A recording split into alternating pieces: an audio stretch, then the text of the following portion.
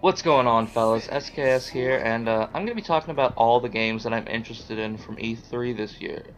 I'll be talking about them in alphabetical order, not in order of favorites, and just so y'all don't get bored of hearing me talk, here's a little Haporlo Team Doubles gameplay, hashtag Crouch Game Too Strong 2014.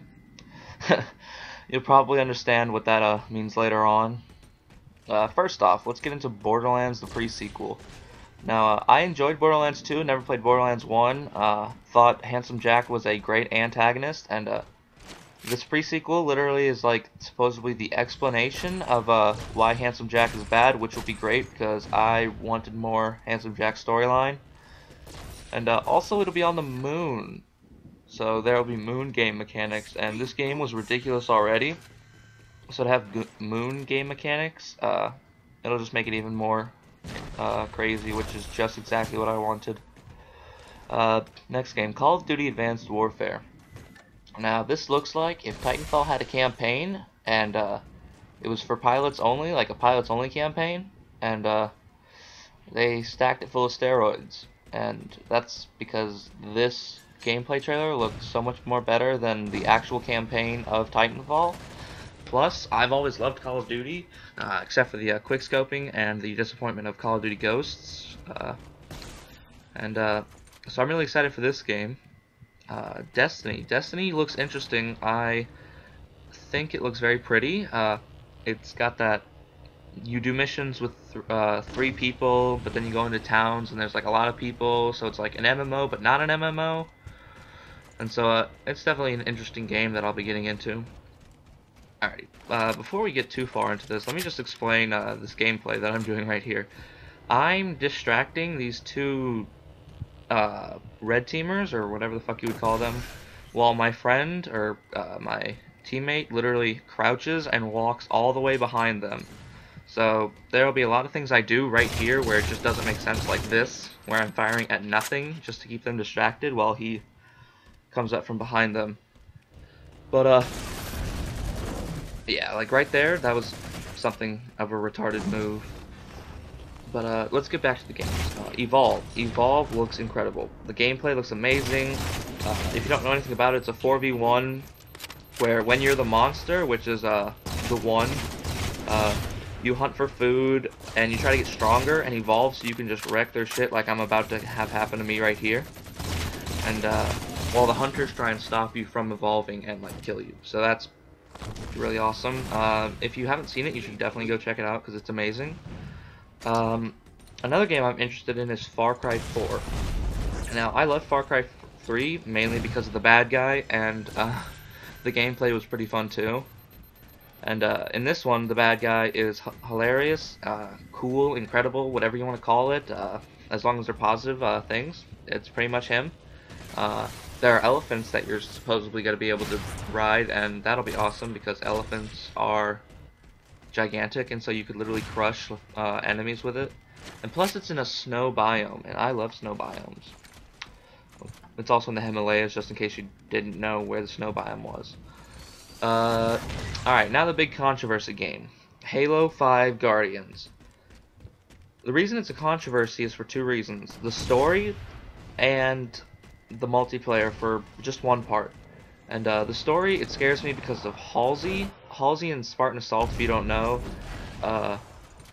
she kind of pretended to be a bad guy and then turned out to be a good guy, but then became a bad guy again because of the fact she was shot in the arm by a Spartan who's named Sarah Palmer. You might or might not know her.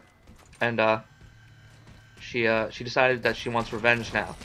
And so what scares me is that she might make Chief join her side by either like telling him that she could recreate Cortana, which is something he really wanted, or probably because of the fact that she's kind of like his mother in a way because she created him and stuff, and so that's another reason. And it could mean that the new Spartan that we see on the cover art is the Master Chief's killer, which would be very sad for me because I don't want to see the Master Chief die yet. And so I'm really hoping that it's not going to turn out like that. Another hypothesis somebody told me was it could end up like ODST, where you are following the memories almost of the Master Chief, trying to find out where he is, like that. And that would be incredible because it gives Master Chief a storyline as well as this new Spartan a storyline, and none of them have to die, hopefully. The last controversy for this game is Spartan abilities. Now, I believe, just from me hoping and begging, is that Spartan abilities are just a new add-on, like tactical abilities or whatever, and like armor abilities and stuff like that. It's just a new add-on, not something like entirely new that replaces armor abilities. Now, let me just give you a little heads up on this gameplay. I am the stealthiest motherfucker ever. Like, I go straight up Assassin's Creed Altair right here. But back to games again. Just like in Halo 4, I believe that Spartan abilities are just abilities that you get added on, just like tactical abilities and whatnot.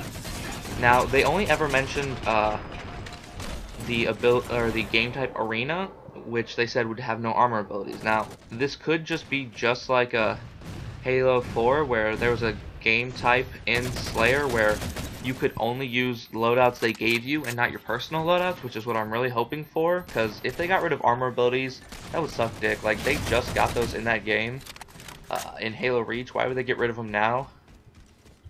Let's see. What else is there? Halo Chief the Collection, or Halo the Chief Collection. Why do I keep fucking that up in my head? Things I'm excited for in that game. I'm excited for the gamer score, having every single Halo map, the Halo 2 multiplayer, because I miss dual wielding, which was the best ever. Like, and plus I miss the SMG, as well as just playing the old multiplayers, which was always really fun. Alrighty, next game, Mass Effect 4. I love the Mass Effect series so much, and to see concept art of the new worlds as well as environments, and teasers of new characters and armors, was just awesome. Like, I'm so excited. Let's see. Shadow of Mordor. Now, I love the Batman games as well as the Assassin's Creed games, and to see Shadow of Mordor and how incredible it looks, I just truly can't wait. As well as the fact that they've got that Nemesis program, so it's literally replayable as many times as you want. Let's see, what other game? Before we go on, I just want to talk about Mass Effect 4 again. This was one of those games where I originally didn't give, like, a fuck about Mass Effect. Like, I could have honestly cared less. But then one of my cousins was like, nah, man, it's the best game ever. And I was like, you know what, I'll give it a try. So I played Mass Effect 1, and I was like, this game is very hard because it's not very linear. And the vehicle in that game was just fucking ridiculous. But I enjoyed the storyline, so I decided to go on to Mass Effect 2. And Mass Effect 2 is where I fell in love with the series, because it was linear, the playing was much more like, I don't know, smooth, I guess, and it was just a great game. And that brought me to Mass Effect 3, where I was slightly disappointed in the ending. I mean, I accidentally fucked up and shot at the boy because I knew it was going to be a long walk, so I decided to just fire randomly, and apparently that triggered an ending where nothing works out. But I did like what they did with Aldridge, and made him like the character at the end where he was talking. I thought that was very great, and I enjoyed all the DLC that came with Mass Effect 3. I just enjoyed the game, so having Mass Effect 4 come out, just like, oh, it's gonna fulfill all my dreams. Or at least I hope it will. Now then, let's get back to our topics. Rise of the Tomb Raiders, the next game on my list, which is a very good trailer. I loved the first game, and it was honestly like one of those games where I just originally played it because there weren't any games out, and it was on sale, and the game truly surprised me. And to see them making a new one with a great trailer, like, it boosts the storyline so much that I truly can't wait for it to come out. Let's see, Rainbow Six Siege. Now, this was the most scripted ever fucking gameplay of all time. And it was honestly a really unexpected game. I did not expect for this to come out at all. There was no talk about it, or at least there was no talk about from where I was looking. It's an awesome idea for multiplayer, and I'm definitely going to be playing the shit out of this game. One of the big mechanics I love about it is you have to talk with your teammates, and I love talking with my teammates, especially if they're like good players and they're not like assholes that just like talk random shit when it's not needed. And so yeah, I'm definitely going to be playing the shit out of this game. Let's see, my last game, which is my top game of the year, like I want this game to come out so badly, is ever since I heard about it in E3 2013, I've been wanting more news about this, and they gave out some really disappointing news like in the middle of the year, which was like they still haven't finished the engine. So this right here is just great news to like see that it's still relevant in the 2014 E3 is Tom Clancy's The Division. Now Tom Clancy's The Division is like, if you've ever played DayZ, it's like the futuristic version of that. By the way, I wrecked shit right here. Like, that kid had no idea I was coming at him. It's like the futuristic version of DayZ set in Chicago on Christmas.